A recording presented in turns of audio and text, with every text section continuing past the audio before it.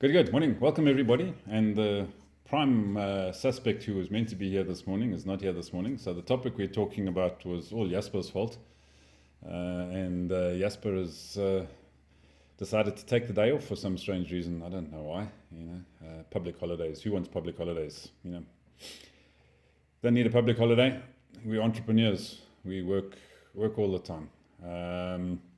So how do you change someone's mind? Do you change their mind, and especially about public holidays? I don't know. Tabiso has changed his mind about the president. He said he's not interested in him. So whatever he had to say last night at 8 o'clock doesn't matter. So yeah, I don't know if we need to change Tabiso's mind about that. But Trevor, I think maybe we better get across to you first on this one this morning, seeing that you decided to make it Jasper's topic day. So how do you change someone's mind? Did I? So now I'm going to change. I'll change your mind if you like, but I'll show you how easy it is to change someone's mind. But actually, I was thinking about this. I was intrigued with Jasper's question that he actually raised, and he was voicing his frustration for not getting someone to go with the ideas that he had. Was what I seemed to get out of his frustration, and that the counterparty was frustrated with him in not wanting to go in the direction that the counterparty wanted to go into. And it was quite an interesting question. And I came up with an answer which I put in there, and maybe we can have that for discussion. I saved it. And said that my answer for Jasper is this. I only think in threes. So number one, find out what it is that are the most important things in the world to the counterparty.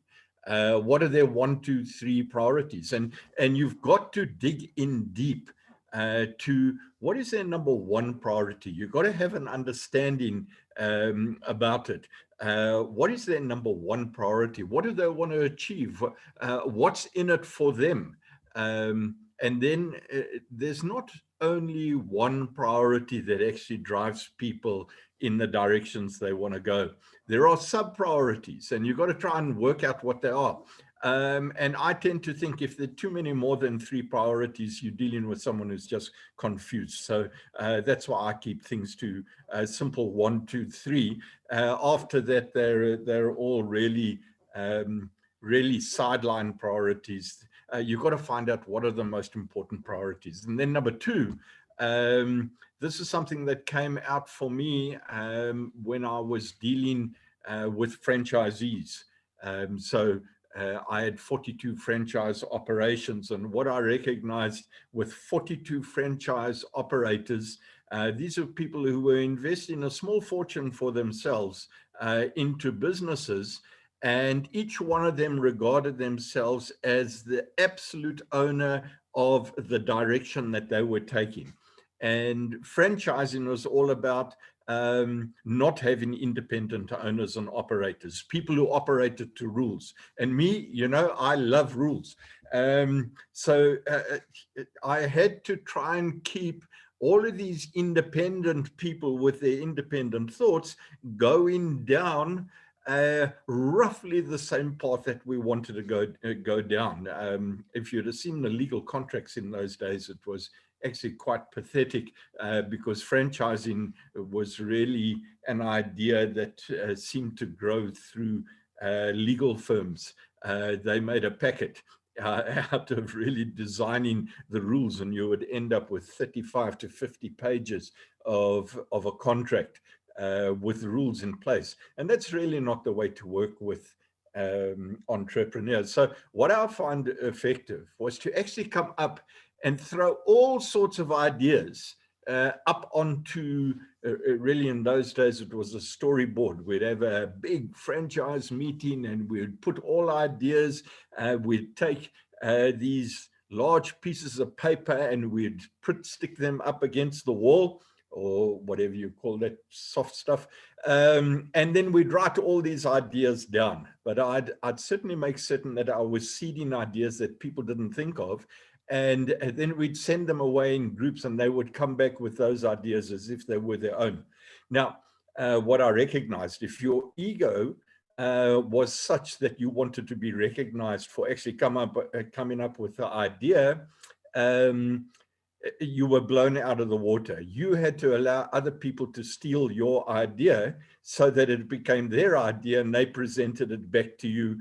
And you got them to think the way that you wanted them to think in the first place. So, and then I start thinking about, is that manipulation, which I'll come to just now. Then number 3, and then the trick is to show these people how their ideas will help them achieve their priorities with your help. So it's about repositioning, what is it you want, and understanding what it is that they want to achieve, and then work in your ideas, your objective.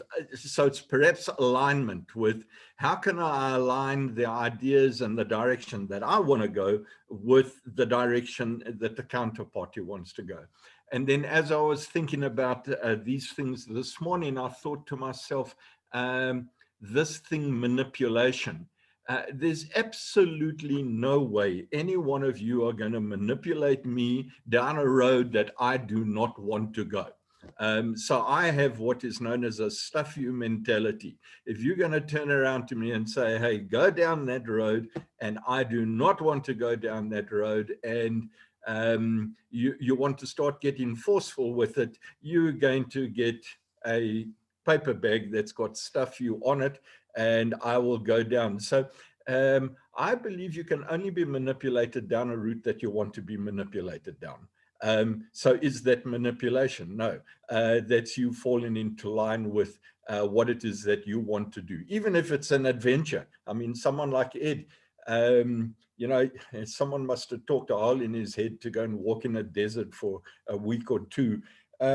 He would never have done it if he didn't want to actually experience the adventure. So he was never going to be manipulated into it. Is he going to manipulate me into going down the desert for a week to 2 weeks? I doubt it, but maybe. So I think it's a very interesting question that Jasper raised, and it's a pity he's not here, so that we can find out how he actually works with some of this input today, to actually getting his counterparty to work together with him. I didn't think about this. Clearly not. So, well, we wouldn't want to manipulate you into doing something you didn't want to do, Trevor. So, you know, that's why I put you up first. Didn't manipulate you into it at all. Now I'm suspicious. So you're trying to manipulate me by those statements. So you're buttering me up. Is this called blowing smoke? Is it? All right. No, it's just getting you aligned with my objectives. You know, no manipulation involved at all. But anyway, we won't continue down that road. So, Tabisa, how do you get someone to do what you want them to do? Is Tabisa with us, or is he frozen? Oops, it looks like he might be frozen. Oh dear. Okay. The joys of the technology. So, Ed, let's get across to you next. Yeah, I just, as Trevor was talking, I was wondering what's the difference between manipulation and pressing buttons, but perhaps we can come back to that another time. And I think Trevor alluded to something quite important when he said, make it their idea. I think if you want to change something or someone's opinion or whatever, you need to take ego out the way, because I think so often we want to be right and then be wrong. And I remember a story from when I was an auditor. One of my clients, a trade union, merged with another trade union. And in typical fashion, rather than sort of picking the best person to be head of accounts, they had the head of accounts from one organization, the head of accounts from the other organization, and they were joint head of accounts. The man in one of the unions had obviously been promoted beyond his capabilities. And Lee will like this. The woman in the other trade union, which was my client, was very, very good at her job. And she knew what this guy was going to do was wrong. It would cost the union money, but he wouldn't listen to her because he was a bit of a misogynist, to put it politely. And then she turned around to me and she said, Edward, can you tell him this is what he should be doing? Because she cared so much about the union that she didn't want to see this thing happen. And she was quite prepared to put her ego on the back foot. And she said, look, don't tell him I told you so. Just kind of pick it up for yourself and have a word with him. And so I did. And to start with, I flattered him. I said, yeah, it's a really great idea. You're going well. I said, but I think I can see a way to make it even better. And he did. And he did what I suggested, and everything was nice and lovely. And then a couple of weeks later, I had a word with the boss of the union and told him what happened. So at least the woman got the credit. So I think that's one thing. You've got to take the ego out of the way. And that's a very good example of where someone took the ego out and she was prepared to work in the background to get what she wanted. And the other story is my children. I was driving along and they were in the back of the car. One of them started throwing a hat around. It's one of my daughter's favorite hats. And I could see it flitting about in the rearview mirror and it was disturbing me. I said, look, I hadn't stopped throwing the hat around because it was disturbing me. And they kept doing it. I said, look, if that hat comes across the front, I'm going to throw it out the window. And of course, being boundary challengers, they naturally threw it over the front. So I picked it up and threw it out the window. And that taught them a very important lesson, that I did what I said I was going to do. And it has a plus side because they then also knew that if they said, can we go ride it? Can you take us riding on Saturday, Dad? And I said, yes, I would do it. Whereas a lot of other parents would say yes and not do it. But it also allowed me then to have rational discussions with them and say, look, actions have consequences. So if you want to do something, consider the choices. And yes, if you want to drop out of school, that's fine. You can then go and work in Sainsbury's and earn some money. And you can still work in Sainsbury's 20 years later and earn the same amount of money. But if you go to university, you can get drunk every night, have a really good time. And when you come out of university, you can get a good job and earn lots of money. So it allowed me to then have those rational discussions, to change their minds by logic, by allowing them to see that actions have consequences. So yeah, that's my thoughts on how to change. And yeah, Trevor's right. There are a lot of people, if you can persuade them that it's their idea, they will adopt it a lot quicker than if they think it's your idea. So take the ego out of the way, unless you want to have that ego. So you have to decide, do you want to change or do you want to look good? Good. All right. So now the purpose of university is just go and get drunk. Okay. I always wondered what it was all about. So education, what a fascinating thing it is. Go and drink your brains out and earn a better salary. Okay, Laura, you've been to a few of those things and got a few letters behind your name. So tell us, how do you change someone's mind? Change my mind. I can't change anybody's mind. The only thing I can change is my own. Do I want to be right or do I want to be happy? I mean, is it certain, do you want to win the battle or the war? And then what's my reasoning for wanting to change someone's mind? What's the purpose? What purpose does that serve? Do I want to be right or do I want to be happy? You can be both. You can be neither. How bad do I want it? It's one thing if they're harming themselves or others. And it's another thing if I'm trying to impose my will on someone. I wholeheartedly, completely agree with the manipulation tactic of helping them think that it's their idea. And two ways that I have learned to encourage that movement is if someone says something to me, what I love about that is, so automatically before anything else comes out of my mouth, there's an agreement. There's not only am I agreeing with what they've said, because there's always a little portion of it that's true. There's always a little portion, no matter who's right, no matter if it's my story, their story, or the story. It's my belief, their belief, and whatever the belief is, or the concept, whatever it is that the discussion's about, or whatever. So what I love about how this happens is, and yes, and no, but negates everything that was just said prior.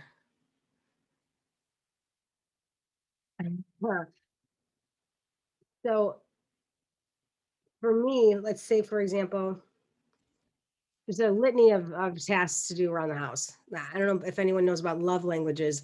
My love language, my number one is acts of service. If I'm busy and I know I got all this stuff to do, if you run an errand for me, you're golden. If you change a diaper or you wash some dishes, that's even epic. That's platinum. I mean, I don't want a dozen roses because they're gonna die, and especially once a year. Forget that. I want daily acts of service. The little things that I don't have to worry about. That especially for tasks that I don't like to do. So let's say it's painting the walls, which is going to happen. I don't have anybody to ask for it around here. But if I did, I can't ask my cat. Something needs to be done, and it gets to the point where, you know, I was going to paint the walls, and the last time it was done, you did such a great job. I just don't know if I can do as good as a job as you could. Or really muck it up. I knew I wasn't going to do as good a job as you did the last time. You're just so much better at this than I am. Something so simple. It's manipulation. I think there's there's 7 different tactics like that. I'm saying these because of my love language. Let's say the screens in the windows need to be cleaned and the windows need to be washed. And I don't want to do it. I'm going to call somebody to hire because my partner doesn't want to do it either. Would the partner rather do it I'm affiliated with himself or call somebody? If he's not comfortable separating with money, I'm getting on the phone, sure enough, because I know I'll step in. And I don't like the manipulation stuff, but it's I want to say it's part of the nature of relationships. It can be. So what I love about this conversation is no matter who's right or wrong, someone's right or wrong or not. As long as we're all happy. As long as we're all happy, that's fine. And with that, I'm going to pass it on back to thank you so much. I've spoken. Excuse me. Oh. So Tabisa, let's get across to you.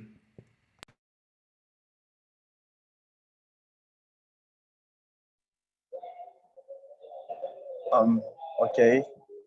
I think that changing people's minds is difficult, you know. This is because people don't like being told what to do. And we also have these biases that make us believe that we are right and everyone is just wrong, you know.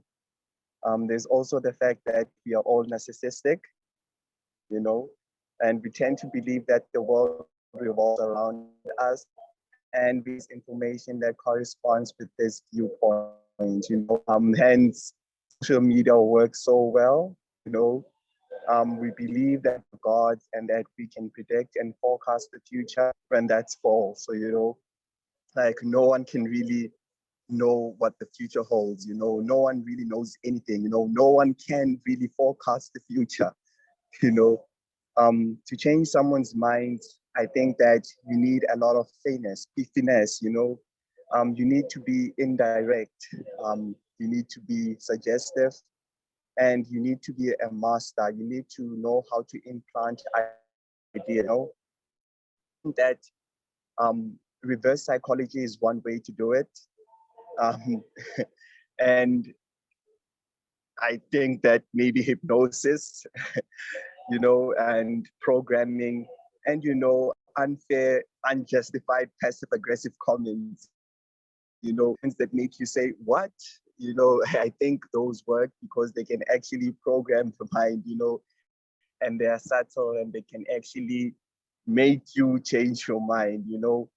I think that these subtle comments, they can actually go into your subconscious mind and actually affect a change, you know. I think that's just how you can change people's minds, you know. And I think that the best way to actually change people's minds, you know, in a direct manner, you know, is propaganda, you know, like propaganda is the way to actually change people's mind. Like we actually witnessed this with Hitler and Germany, you know, children were actually brainwashed from their info. Everywhere in Germany was this one viewpoint that was spread across different platforms, like movies, posters, radios, you know, like propaganda just everywhere, you know, and it made Hitler a god in Germany, you know. So it actually solidified his place at the top, you know, and it made him a god. You know, I think that propaganda works because repetition is like the father of learning, you know, and we see an example with this. You know, I'm gonna be a bit controversial, you know, the pandemic.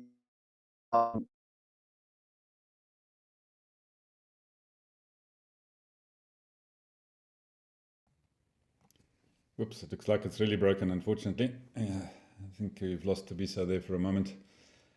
So it does help up to a point to switch the videos off, but there's not a guarantee when you're in a public space, I think. So that's unfortunate. But anyway, he'll probably come back to us. Are you back with us, Thabiso?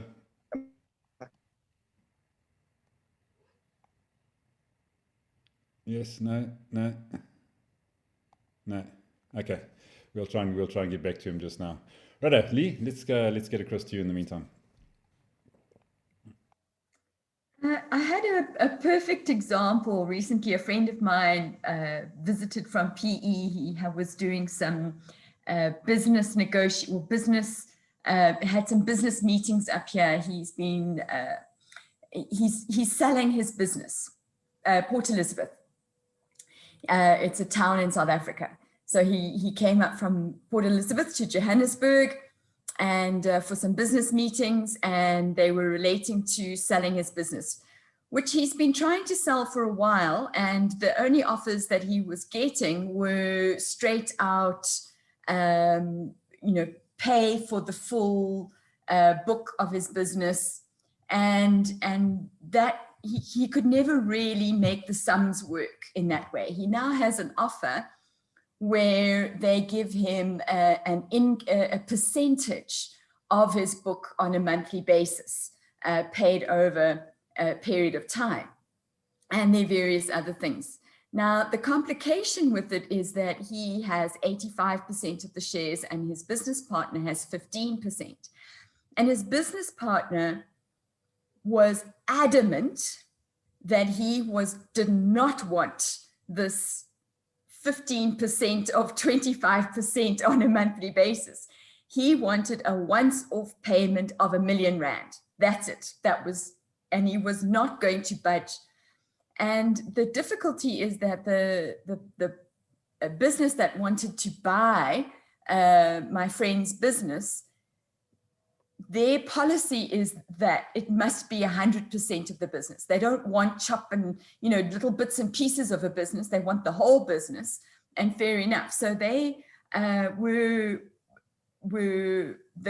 concern was that the whole deal would collapse because this 15% wasn't going to come their way. And this guy thought he had all the bargaining power, that they needed his 15%, and so they would be forced to pay the R1 million. And they tried everything they could to change his mind, using all the kinds of tools that we've spoken about: persuasion, what's in it for you, how is this going to benefit you, see how much more you would earn over time versus getting this once-off payment. You know, using some kind of personal aspect. We've been in business together for, you know, 20, 30 years, and, you know, we've been partners, and this is so, you know, coming from the relationship aspect, and looking logically, just giving him the numbers so that he could see the reason behind it. None of those things worked. And eventually they turned around to him and said, okay, you don't own the business. 85% trumps 15%. So your 15% doesn't count. The 85% shareholder has made a decision on behalf of the business. You get nothing. And suddenly, Edward, talk about consequences. Suddenly, from very snooty emails going backwards and forwards, he wants to have a Zoom meeting. And it's just a point in case that when you think in some ways it's about power. Who has the power in this particular situation? And the person who has the power is able, one way or another, to get what they want. And it's not just about power. When I teach this as in sales and negotiation, if you come from a weak position, you have to use other tools. And if persuasion doesn't work, yes, you can try manipulation. We can go all kinds of dark roads, right? You can try the manipulation. I think Laura's examples of manipulation are perfect. I can't trump those. You can try blackmail. If you don't do this, then I will do that to you. You can threaten. If, depends on what kind of weapon you have at your disposal. It could be physical threat. It could be the threat of suing. Many people have got what they wanted because they threatened to sue the other party. So threats. Or you can simply negotiate. I don't have to like you. I don't have to persuade you. We can completely disagree on everything. But if I've got something you want and you've got something I want, let's trade. So we can actually find a way of exchanging value between each other. That means that I get what I want and you get what you want. There may be two completely different things, but ultimately we both achieved our goal. And if all else fails and you can't get what you want and they refuse to change their mind, you have to make a decision. And the decision is usually that you have to change yourself. You have to decide that it's either not worth it, in which case you're going to walk away,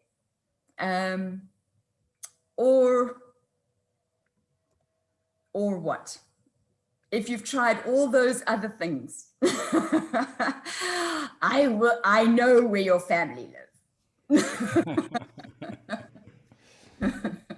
Back to the threats. Yeah, I can see where Lee's coming from. Yeah, back to the threats. I'll walk away. I know where your family lives. Do you really like your kneecaps? I thought today Trevor was all soft and lovely about what's in it for them. Find out their priorities, and I thought, oh, I'm going to go dark.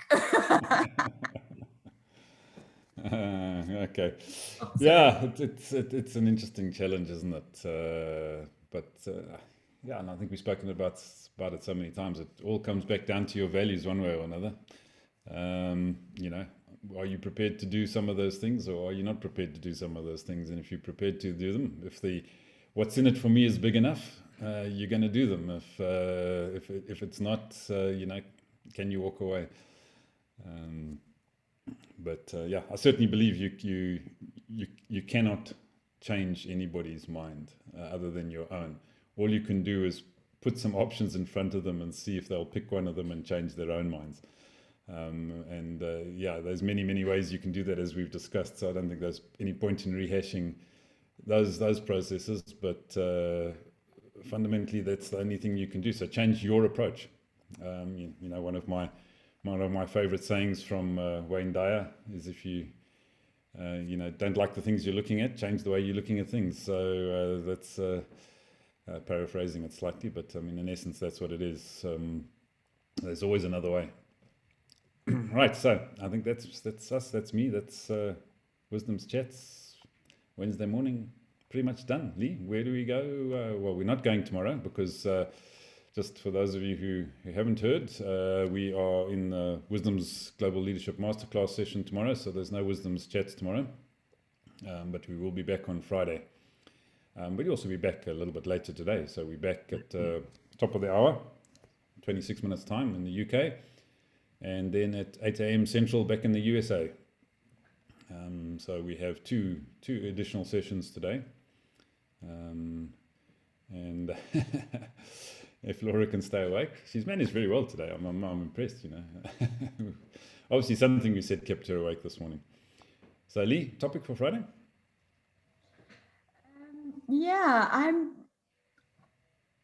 not entirely sure. So I have an idea, but Trevor, yes, please go for it. Oh, you had an idea, but No.